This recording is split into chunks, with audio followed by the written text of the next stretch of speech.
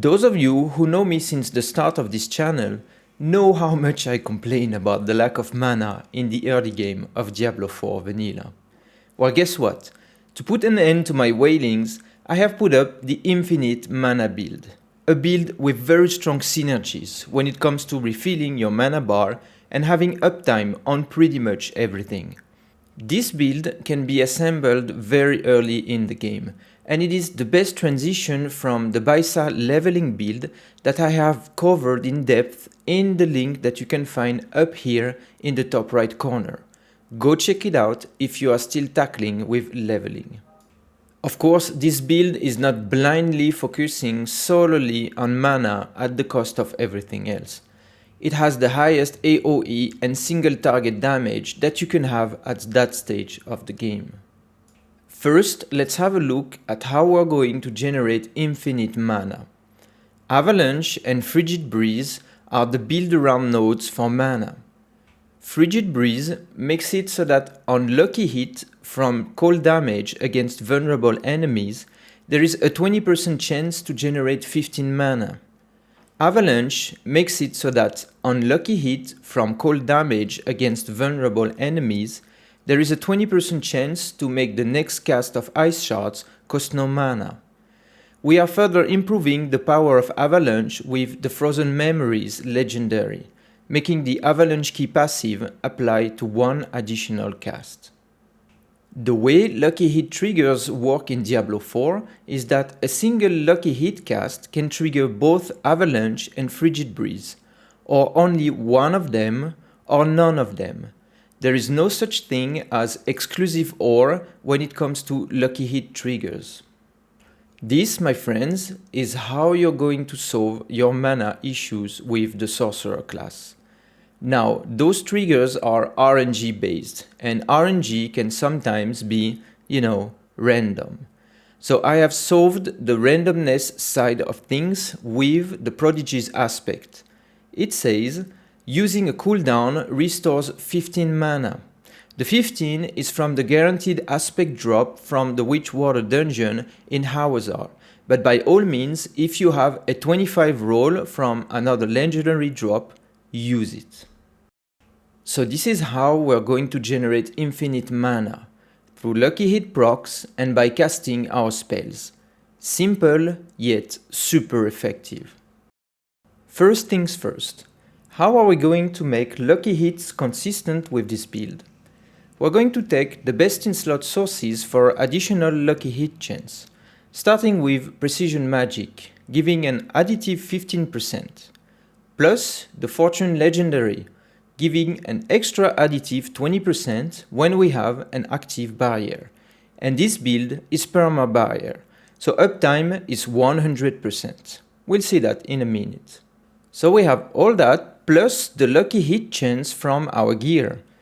Lucky hit chance on gear can be rolled on Helm, as you can see here, on a level 60-ish character, plus 12.8% lucky hit chance while we have a barrier. On gloves, I have plus 11.4% lucky hit chance. On offhand, with the combination of plus 4.9% lucky hit chance and plus 6.3% lucky hit chance while we have a barrier, it naturally rolls on a wand. That's why we always want a one-handed wand in this build. Plus 10.5% lucky hit chance. It rolls on rings, so I got plus 4.9% on this one and plus 5.5% on that one. It also rolls on the amulets, but unfortunately I wasn't able to loot a great one that far. Amulets are the hardest item to loot with the right rolls because of all the possible combinations. Amulet is definitely the late game item to chase. In your Paragon board, you also want to get lucky hit chance. This Paragon board here is for early level, when our glyphs are not leveled up yet. I have also included in the build planners below the late game Paragon board for a level 100 Sorcerer. So on this Paragon board, we have up to 15% lucky hit chance building up during combat, plus those rare and magic nodes, That's an additional 10% flat. Now, let's sum up all the different sources. 77.2% lucky hit chance plus 37.1% lucky hit chance with a barrier equals 114.3% total. So that's a 2.143 multiplier. Now, what happens in Diablo 4 is that this final additive value is then multiplied by the proc coefficient of each spell. Ice Shards has an initial base proc coefficient of 16% lucky hit chance, multiplied by 2.143 equals 36.288%. Let's look at the tooltip. The tooltip says something else because it only took into account the lucky hit chance without the barrier. See, 16 times 1.623 equals 25.968, so roughly 26%. The tooltip is wrong. The right value is not 26%, it is around 36%, as calculated before. Anyway, 36% is not much, right? It makes it that around every 3 casts on single target, we get a lucky hit proc on average.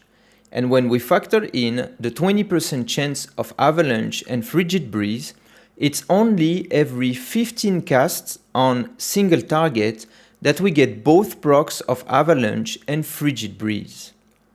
It works better for multi-targets since if one cast hits 15 enemies, we'll get 1 proc of avalanche and frigid breeze on average.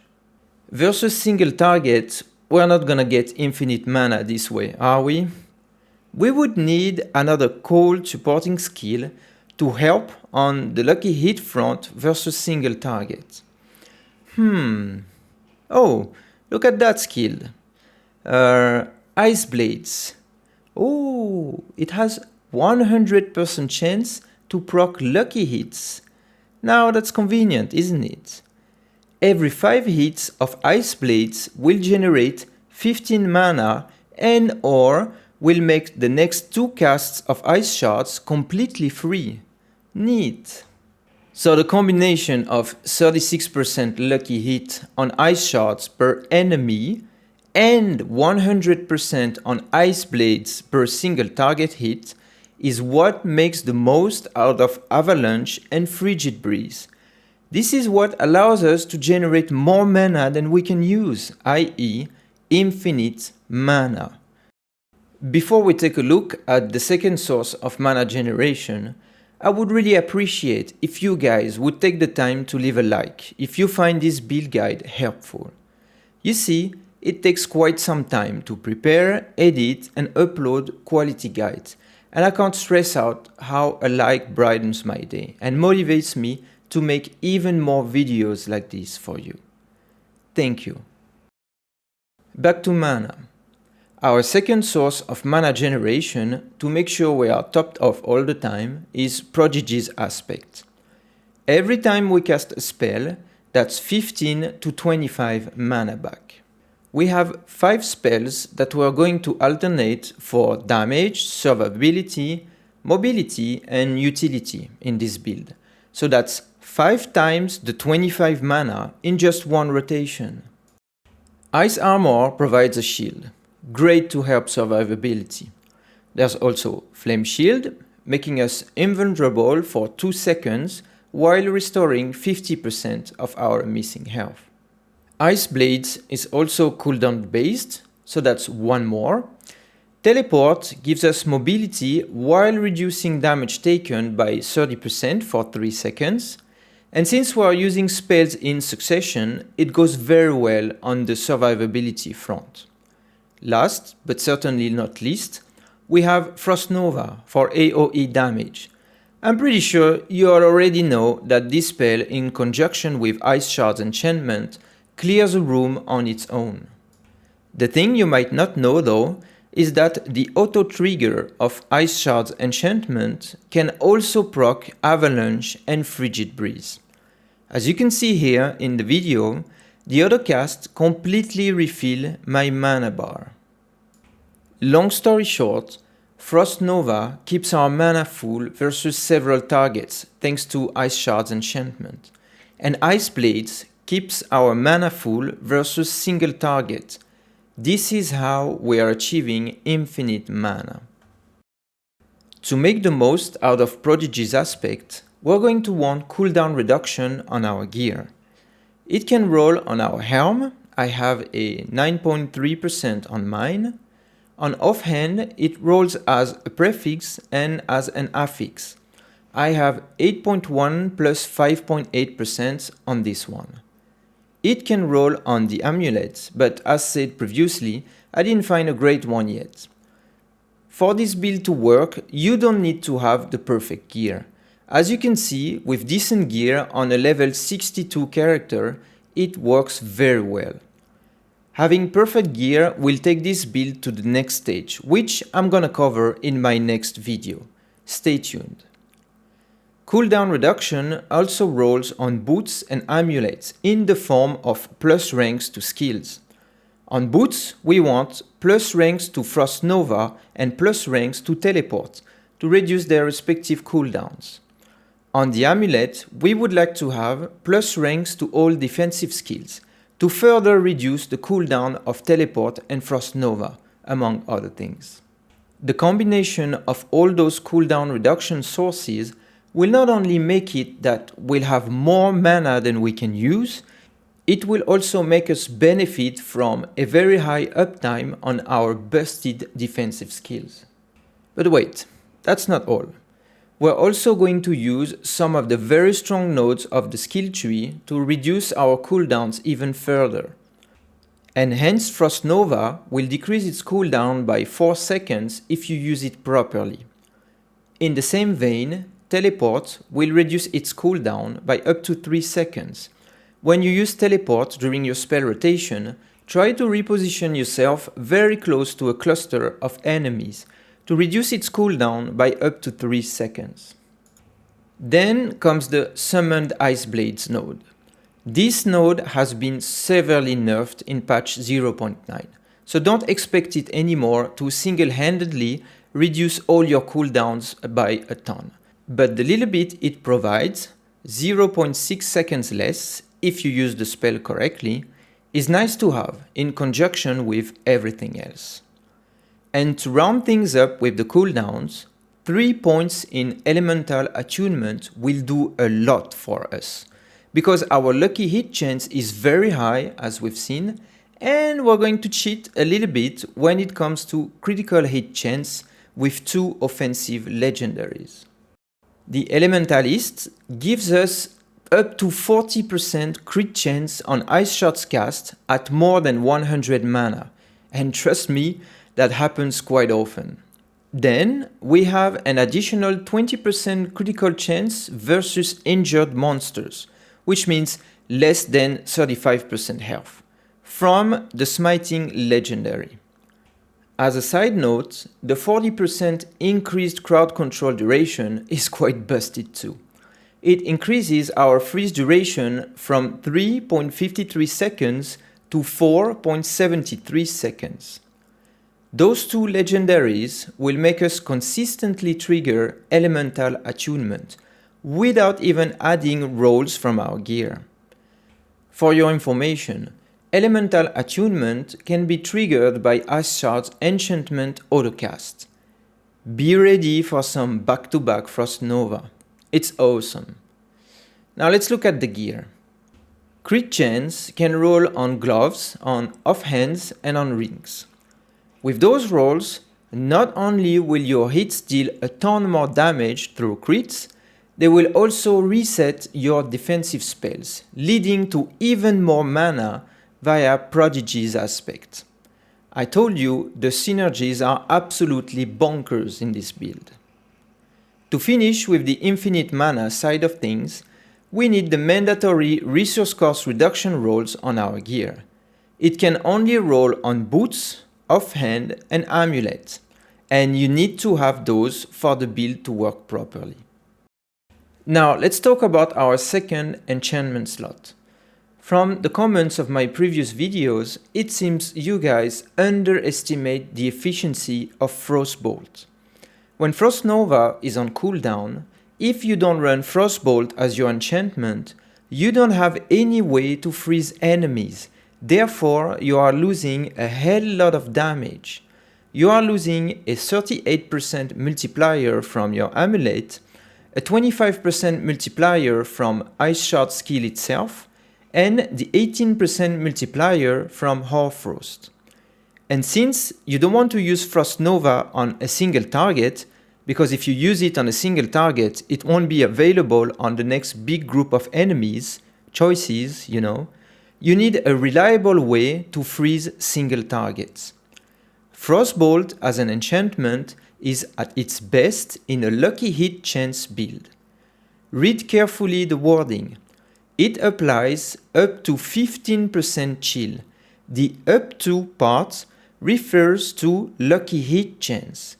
The more lucky hit proc chance a spell has, the closer to 15% you are.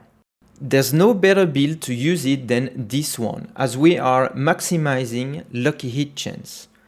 Our goal with the extra chill is to freeze an elite in just 3 shots. And we achieve that not only with Frostbolt enchantment, but with extra sources, such as Cold Front in the skill tree, for an extra 24% multiplier. Then, an extra 12% from the Paragon board, Icefall, there. View it this way. Frostbolt as your second enchantment is a lot more single target damage. It's the best in slot enchantment for this build. And for those of you wanting to have a source of burn for Devouring Blaze crit damage increase, wait for the next build guide video. You're in for a surprise.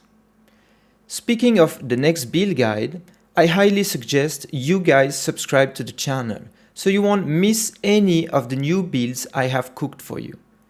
According to YouTube dashboard, around 90% of the people that watch my videos are not subscribed. If you like the content, I suggest you subscribe so you don't miss out on future content. Let's head back to enchantments. In the skill tree, you can see that I have selected 2 basic skills, right? You're gonna like this part. I will show you a very interesting trick that you can do. You can hot swap enchantments in the middle of a fight.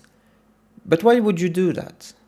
Well, for a boss fight, Ice Shard's enchantment has very little interest since we have to stagger the boss before it can trigger. So it's a lot better to hot swap to Arclash before the boss fight begins. Remember, we are a 5 cooldown skills build, right? And we are cascading cooldowns one after the other, right? Well, just trigger those cooldowns when you are very close to the boss. It will apply a different source of hard CC than chill and freeze. It will apply a stun, which will stagger the boss a lot faster. Since it usually takes only one stagger phase with this build to take down a boss because of all the damage multipliers when the boss is staggered, staggering it faster means taking down the boss faster. Now let's talk about the Perma-Barrier. How do we achieve that? First, let's remind that we need Perma-Barrier to benefit from increased lucky hit chance with a barrier and increased chill effect with a barrier. We're achieving Perma-Barrier with the protection node. A single point is enough. We are cascading cooldown spells every 2 seconds or so the uptime is 100%. And when enemies are in frozen state, they don't retaliate that much, so they won't get the chance to break the shield, hence 1 point is enough. On top of that, Ice Armor gives a 6 seconds shield, and the aspect of the Protector gives a 10 seconds shield against elites and bosses. Last, but certainly not least, from the Icefall Paragon board, we get a 5-second shield every time we kill a frozen enemy. That's very big. No shortage of barriers. As for the rest of the points assigned in the skill tree and the other legendary items, they are all assigned to the best in slot damage nodes. We won't sacrifice any damage for our mana shenanigans. We want Icy Touch, Permafrost and Hoarfrost because we meet the conditional requirements for the damage. Glass Cannon, Elemental Dominance and of course 5 points in Ice Shards are standard damage boost. For the legendaries, of course, Piercing Cold, because it is build defining. The aspect of control on the amulet, as mentioned previously, is for a big amount of damage. And the exploiter's aspect is for the non-staggered part of the fight against a boss. For defense, the aspect of disobedience is the best in slot for defense throughout the whole game. For those of you who consider the Frostbliss legendary instead of the exploiter, just know that the elemental attunement node only refunds a single charge on lucky critical hit, not both. So it's not worth in my opinion. It is better to stick with the exploiter legendary for additional damage against bosses. For gems, you want skulls in your jewelry for additional armor, topaz in your armor for damage mitigation when CC'd, and emerald in your weapon and offhand slot for crit damage against vulnerable enemies, which we do proc a lot. You will of course find the build planners in the description field below. I included an early level Paragon board where you simply want to reach key legendary, rare and magic nodes, and I also included in a separate link the endgame Paragon board for Frost build on a level 100 Sorcerer. Let's finish this video as usual with some tips and tricks. It may sound silly to highlight that, but you need to hit enemies with ice shards. If you don't hit them, you can't proc Avalanche and Frigid Breeze.